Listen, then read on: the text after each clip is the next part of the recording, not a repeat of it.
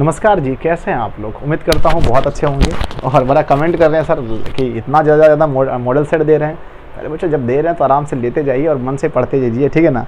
और ये आप लोगों की भलाई के लिए हो रहा है, सब काम आप लोग के लिए ही हो रहा है। और आप अंदाज़ा लगा सकते हैं कि जो इंसान एक दिन में आपको 3-4 मॉडल सेट दे सकता है, आपका सिलेबस भी खत्म कर देगा। बस सिलेबस भर का टेंशन है। सिलेबस जैसे ही खत्म होगा ना, फिर model set, objective, subjective, guess question, 5 number, सब कुछ हम करा देंगे। एक दिन में बहुत सारा करा सकते हैं। बस आप लोग पढ़ने के लिए तैयार रहिएगा। तो चलिए आज का हमारा सेट आज पहला स्टार्ट करते हैं। क्योंकि हमने जब साइंस का स्टार्ट किया था तभी आप लोगों ने कमेंट शुरू कर दिया था, गुरुजी मेरे आप साइंस का तो सेट लेकर के आ गए, गुरुजी मेरे आप एसएसटी कब लेके आओगे। तो चलो आज मैंने हिंदी का सेट दे दिया, वाह सर।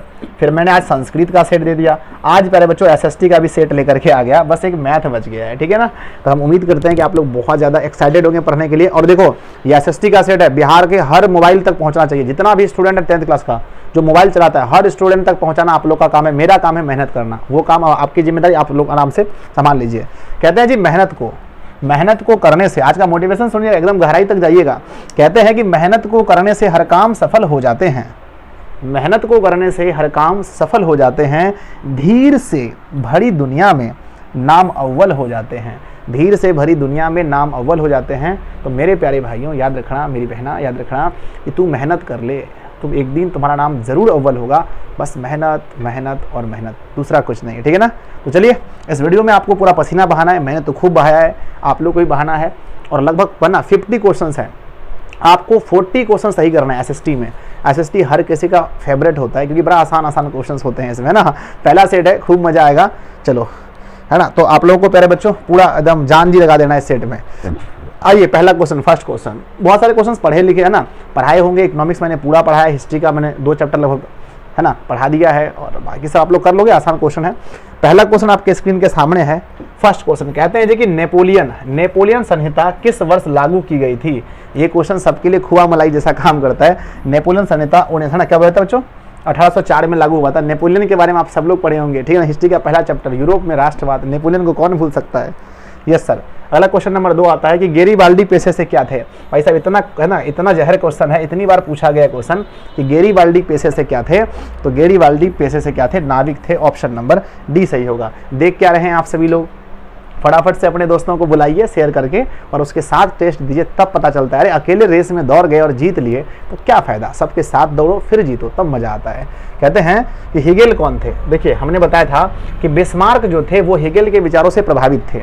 दूसरा मैंने बताया प्यारे बच्चों कार्ल मार्क्स भी हिगेल के विचारों से प्रभावित थे, जबकि हिगेल अपने आप में एक दार्शनिक थे। क्या थे, दार्शनिक थे। तो हिगेल क्या थे, दार्शनिक थे। ऑप्शन नंबर सी सही हो जाएगा, ठीक है ना। नेक्स्ट क्वेश्चन पर ध्यान दीजिए। कहते हैं कि कार्ल मार्क्स का जन्म कहाँ हुआ था। भाई साहब इतना इजी क्वेश्चन पूछेंगे, कार्ल मार्क्स का जन्म। मेरे बच्चों को तो कार्ल मार्क्स के बारे में पूरा हिस्ट्री पता है। उसका जन्म 5 मई 1818 को हुआ था, जर्मनी के ट्रियर प्रांत में, है ना, नहीं जर्मनी के राइन प्रांत के ट्रियर नगर में हुआ था। उसका विवाह 1843 में जेनी के साथ हुआ था। उसके पिताजी का नाम हेनरिक मार्क्स था, है ना। उसके पिताजी वकील थे। इन्होंने 1848 ईस्वी में है ना साम्यवादी घोषणा पत्र का प्रकाशन किया था। इन्होंने 1867 में दास कैपिटल नाम का है ना दास कैपिटल का प्रकाशन किया था।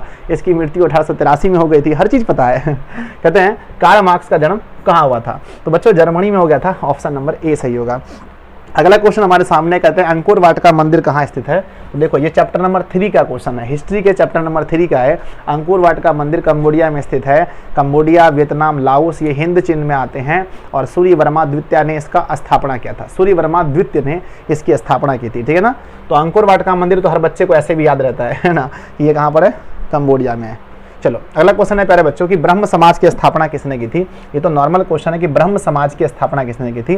ब्रह्म समाज की स्थापना प्यारे बच्चों राजा राम मोहन राय ने किया था। ब्रह्म समाज की स्थापना दयानंद सरस्वती ने क्या किया था, आर्य समाज की स्थापना किया था। अगर आप पूछोगे सर विवेकानंद ने क्या किया था, विवेकानंद ने रामकृष्ण मिशन की स्थापना की थी और शायद इन्होंने बहुत कुछ कार्य किया है। अगला क्वेश्चन नंबर 7 आता है कि स्पेनिंग जेनी का आविष्कार, है ना, स्पेनिंग जेनी का आविष्कार कब हुआ। ये देखो ये तो आप लोगों से नहीं हुआ क्योंकि हमने बताया ही नहीं बच्चों, ठीक है ना। तो उम्मीद करते हैं 1773 में स्पेनिंग जेनी का आविष्कार हुआ था, ठीक है ना। नेक्स्ट क्वेश्चन, 1-2 क्वेश्चन ऐसे भी होने चाहिए ना कि जो क्वेश्चन आपसे नहीं बने हैं। अगला क्वेश्चन है जी कि सिखों के 10वें और अंतिम गुरु, सिखों के 10वें और अंतिम गुरु श्री गोविंद, है ना, श्री गोविंद सिंह जी का जन्म बिहार के किस नगर में हुआ था। देखो बिहार के किस नगर में हुआ था।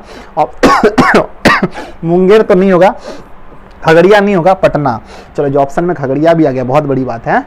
नेक्स्ट क्वेश्चन नंबर 9 क्या आता है कि गिरमिटिया मजदूर, ध्यान रखिएगा क्वेश्चन है जी कि गिरमिटिया मजदूर बिहार के किस क्षेत्र से भेजे जाते थे। देखो आपने पूरा इतिहास ना, पूरा आप लोगों ने अभी तक एसएसटी नहीं पढ़ा है, फिर भी देखो आप कितना सही कर पाते हो, आधा तो कर लोगे ना। यस सर, गिरमिटिया मजदूर प्यारे बच्चों बिहार के किस क्षेत्र से भेजे जाते हैं, याद रखना बिहार के पश्चिमी क्षेत्र से गिरमिटिया मजदूर भेजे जाते हैं, ठीक है ना। और बच्चों अगर पूछा जाए कि बिहार के किस क्षेत्र में बाढ़ आता है, तो बाढ़ आता है उत्तरी क्षेत्र में, बाढ़ आता है उत्तरी क्षेत्र में, और गिरमिटिया मजदूर भेजे जाते हैं पश्चिमी क्षेत्र से, है कि नहीं।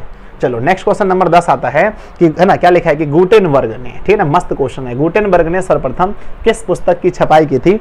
इतिहास में ही पढ़ाएंगे, चैप्टर नंबर आपका लगभग है ना अंतिम वाला 8वां नंबर चैप्टर में पढ़ाएंगे कि गुटेनबर्ग ने सबसे पहले किस पुस्तक की बच्चों, तो बाइबल की स्थापना की, है ना, सॉरी बाइबल को छापा था, ठीक है ना। अगला क्वेश्चन आता है हमारा कि क्षेत्रवाद, क्षेत्रवाद की भावना का एक कुपरिणाम क्या है। ये तो सिविक्स में पढ़ाएंगे कि क्षेत्रवाद की भावना का एक कुपरिणाम क्या है बच्चों, तो अलगाववाद है, ठीक है ना। बहुत दुख होता है पढ़ाने में, ये बहुत कुछ आपको मैंने पढ़ा ही नहीं। अगला क्वेश्चन आता है कि संघ राज्य, क्या लिखा है बच्चों कि संघ राज्य की विशेषता नहीं है। संघ राज्य की विशेषता कौन सी नहीं है, लिखित संविधान होना चाहिए, शक्तियों का विभाजन होना चाहिए, है ना, सर्वोच्च न्यायपालिका होना चाहिए, इकहरी शासन व्यवस्था। बच्चों ये गलत है ना, कभी भी इकहरी यानी कि कोई एक ही, है ना, कोई एक ही मतलब कि समूह जो है कभी भी मतलब कि शासन नहीं करेगा। तो इकहरी शासन व्यवस्था ये उसकी विशेषता बिल्कुल भी नहीं है, याद रखना। अगर नहीं भी पढ़े तो याद करो, है ना, ऑब्जेक्टिव बिहार बोर्ड में सीधे सीधे पूछे जाते हैं, और जितने भी ऑब्जेक्टिव्स इसमें मिलेंगे एसएसटी में, हर ऑब्जेक्टिव को 2011 से लेकर के 2022 तक में 5 से 6 बार पूछा गया, हर ऑब्जेक्टिव को, इतना इंपॉर्टेंट है, ठीक है। नेक्स्ट क्वेश्चन, कोई भी इसमें फालतू ऑब्जेक्टिव नहीं है। कहते हैं कि संविधान के अनुसार भारत क्या है। संविधान के अनुसार भारत प्यारे बच्चों लिखा है कि संघात्मक हो, यहाँ पर संघात्मक राज्य है, राज्यों का संघ है ना, क्या लिखा है असंधात्मक राज्य है या इनमें से कोई नहीं।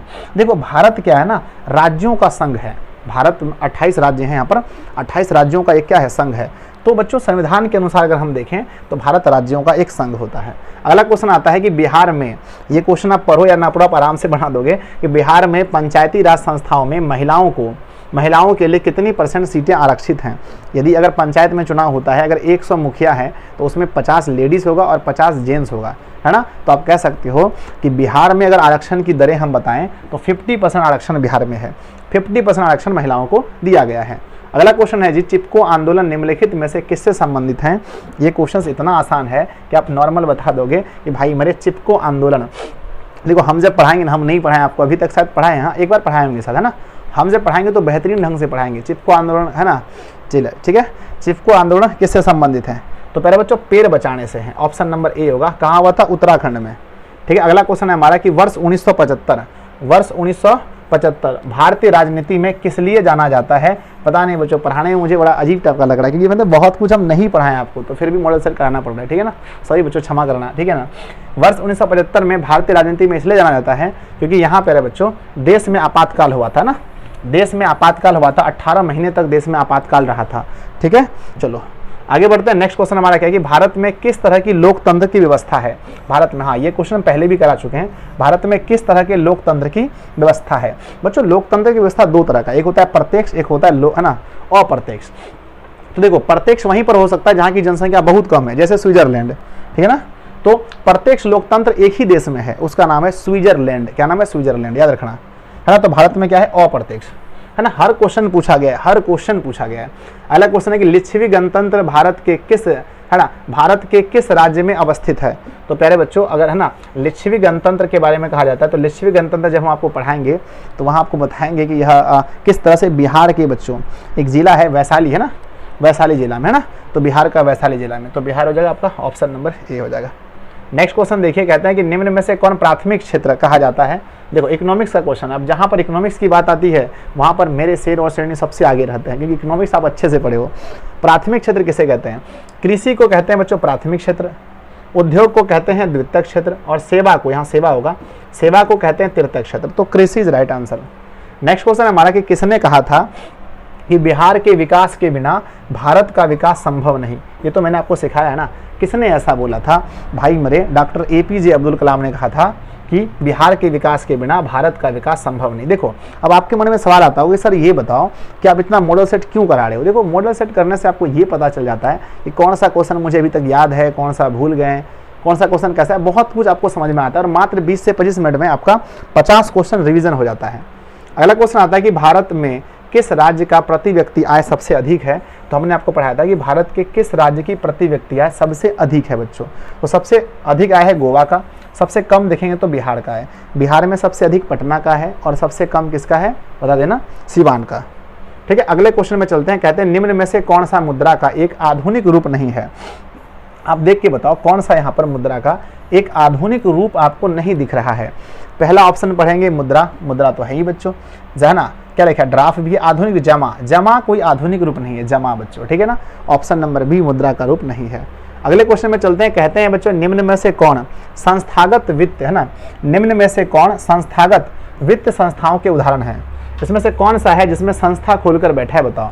निम्न में से कौन संस्थागत, ध्यान दीजिएगा, कहते हैं कि निम्न में से कौन संस्थागत वित्त संस्थाओं के उदाहरण हैं जो संस्था खोल के बैठा है। महाजन के पास कोई संस्था नहीं होता, दूसरा व्यापारी के पास कोई संस्था नहीं, रिश्तेदार के पास कोई संस्था नहीं, ग्रामीण, है ना, क्या लिखा है, क्षेत्रीय ग्रामीण बैंक या व्यावसायिक बैंक।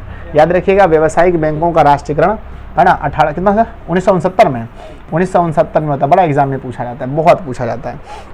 चलिए अगला क्वेश्चन हमारे सामने है कि कौन सी सेवा सरकारी सेवा है। कौन सी सेवा, देखो अगर देखेंगे शिक्षा, तो यह बच्चों शिक्षा सेवा मतलब सरकारी भी हो सकता है, प्राइवेट भी हो सकता है। बैंकिंग सेवा देखेंगे तो दोनों हो सकता है। यातायात, है ना, सेवा है ना, या फिर क्या स्वास्थ्य सेवा, अरे खतरनाक है, ध्यान दीजिएगा। यहाँ पर कौन सी सेवा पूछा गया, सरकारी होता है ना। देखो शिक्षा तो दोनों हो जाएगा ना, स्वास्थ्य भी दोनों हो सकता है, यातायात, बैंकिंग सेवा बच्चों, है ना, बैंकिंग सेवा ही हो सकता है ना।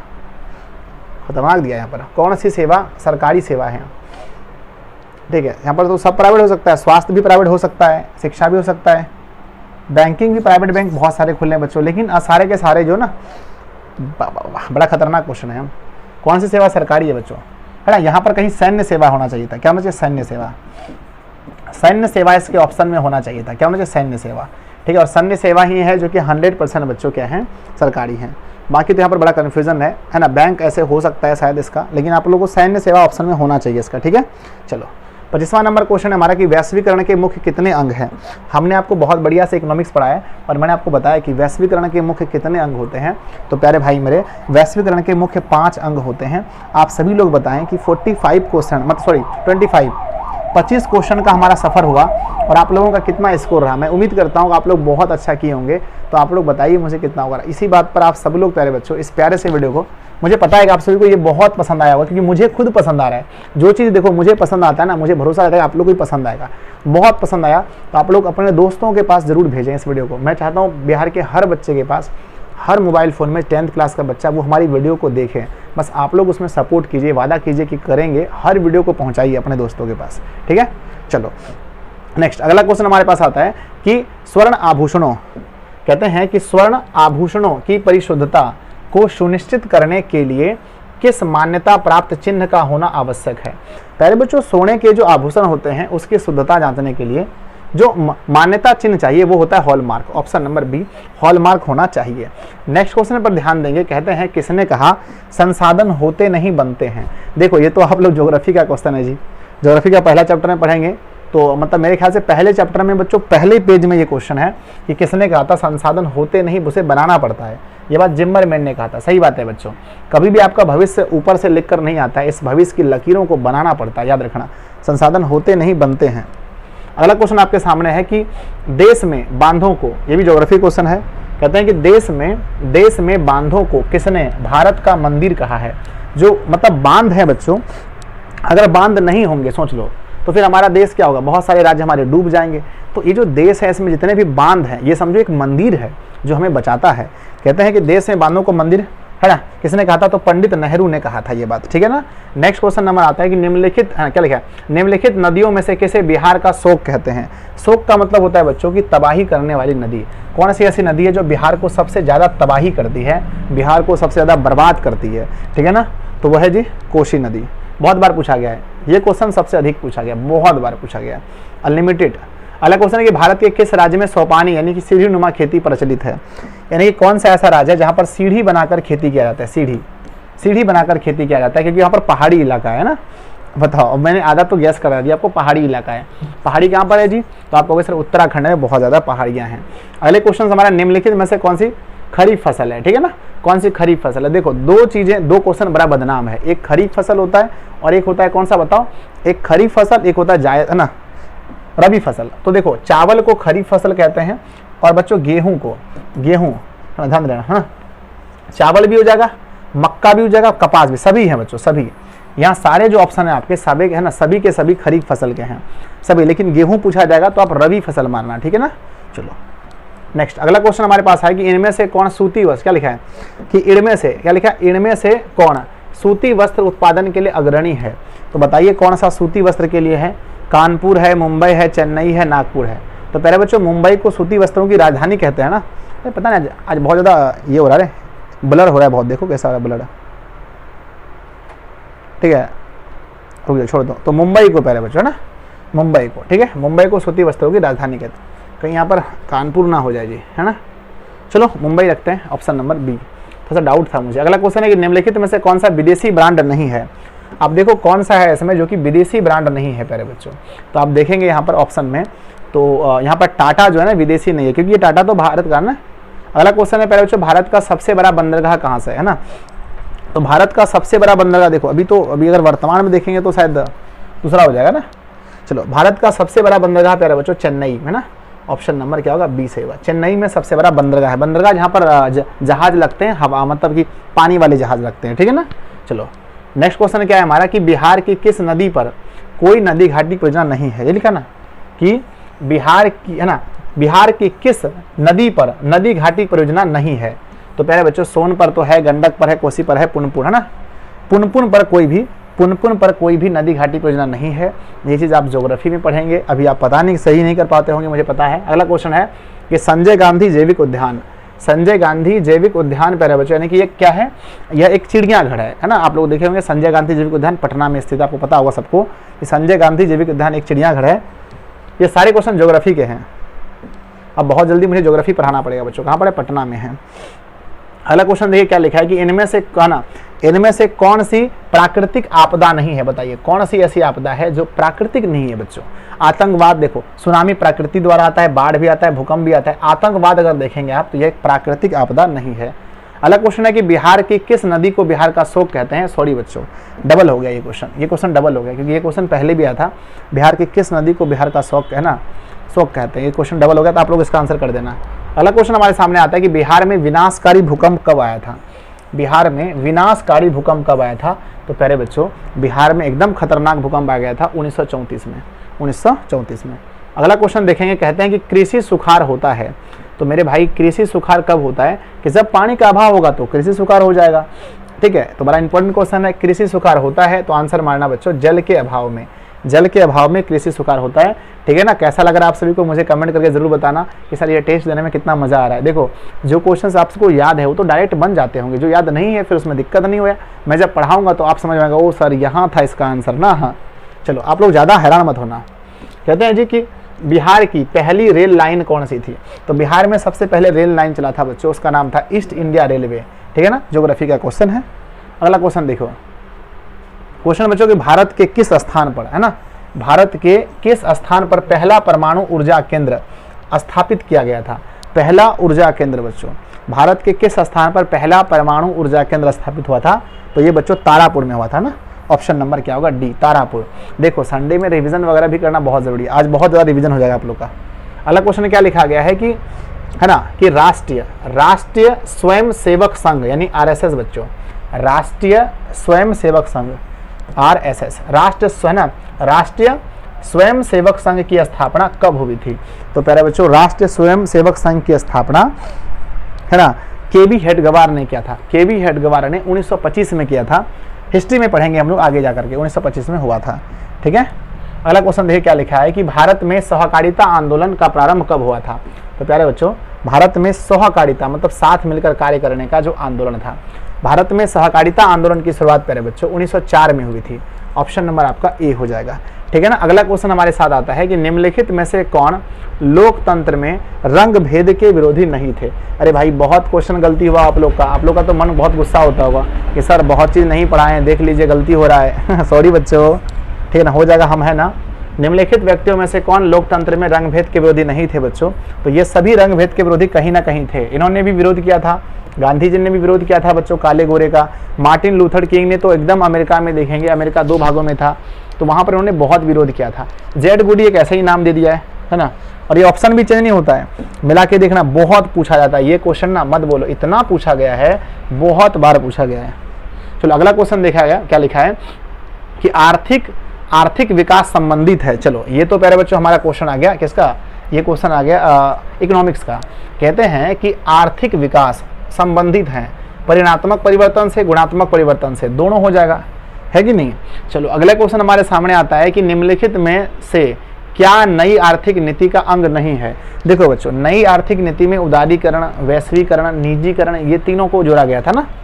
तो पहले निजीकरण तो सही है, वैश्वीकरण तो सही है, उदारीकरण तो सही है, ये राष्ट्रीयकरण इसका अंग नहीं था बच्चों, राष्ट्रीयकरण इसका कोई अंग नहीं था। चलो अगला क्वेश्चन हमारे सामने कि विकासशील देशों में कार्यशील जनसंख्या अधिकांशतः, ये भी इकोनॉमिक्स का क्वेश्चन है। इकोनॉमिक्स का क्वेश्चन पर बच्चों बिना डरे आप करते हो क्योंकि आप सब लोग पढ़े हैं। क्या लिखा है, विकासशील देशों में कार्यशील जनसंख्या अधिकांशतः संलग्न है। जितने भी विकासशील देश हैं, एक होता है बच्चों विकसित देश के जो लोग होते हैं, ध्यान रखिएगा, विकसित देश के जो लोग होते हैं, विकसित देश के लोग जो होते हैं वो सेवा में लगे होते हैं। और विकासशील देश जितना भी है विकासशील, उसमें अधिकांश लोग बच्चों कृषि करते हैं। क्या करते हैं, कृषि। तो आंसर हो जाएगा कृषि, क्योंकि यहाँ पर क्वेश्चन है विकासशील, विकसित नहीं है। अगला क्वेश्चन है कि एक समाजवादी अर्थव्यवस्था, समाजवादी मतलब जहाँ पर बहुत है ना, मतलब है ना, सारे चीज बच्चों सरकार के कंट्रोल में हो। एक समाजवादी अर्थव्यवस्था में सर्वाधिक बल किस पर दिया जाता है। देखो, जब अगर सब कुछ सरकार के कंट्रोल में होगा तो वो क्या करेंगे, जनता की सेवा करेंगे। यानी प्यारे बच्चों आर्थिक स्वतंत्रता गलत है, उत्पादन शुल्कता गलत है, ये सब गलत है बच्चों। क्या होगा, लोक कल्याण पर होता है, ऑप्शन नंबर डी। क्योंकि लास्ट क्वेश्चन में चलते हैं। कहते हैं बच्चों कि नरेगा कार्यक्रम के नाम के साथ किस व्यक्ति का नाम जुड़ा है। ये भी आप लोग बता देंगे क्योंकि आप लोग इकोनॉमिक्स का क्वेश्चन और आप लोग पढ़े हैं कि नरेगा, और फिर इसको शायद एक जगह और भी पढ़ने को मिलेगा। कहते हैं नरेगा कार्यक्रम के साथ किस व्यक्ति का नाम जुड़ा है। तो इस है ना, इसका आंसर आप लोग मुझे कमेंट बॉक्स में बताएंगे, कमेंट्स बॉक्स में। मैं है ना, मुझे लगता है बच्चों सारे विषय के सेट में सबसे ज़्यादा आपको मज़ा इसी सेट में आया होगा।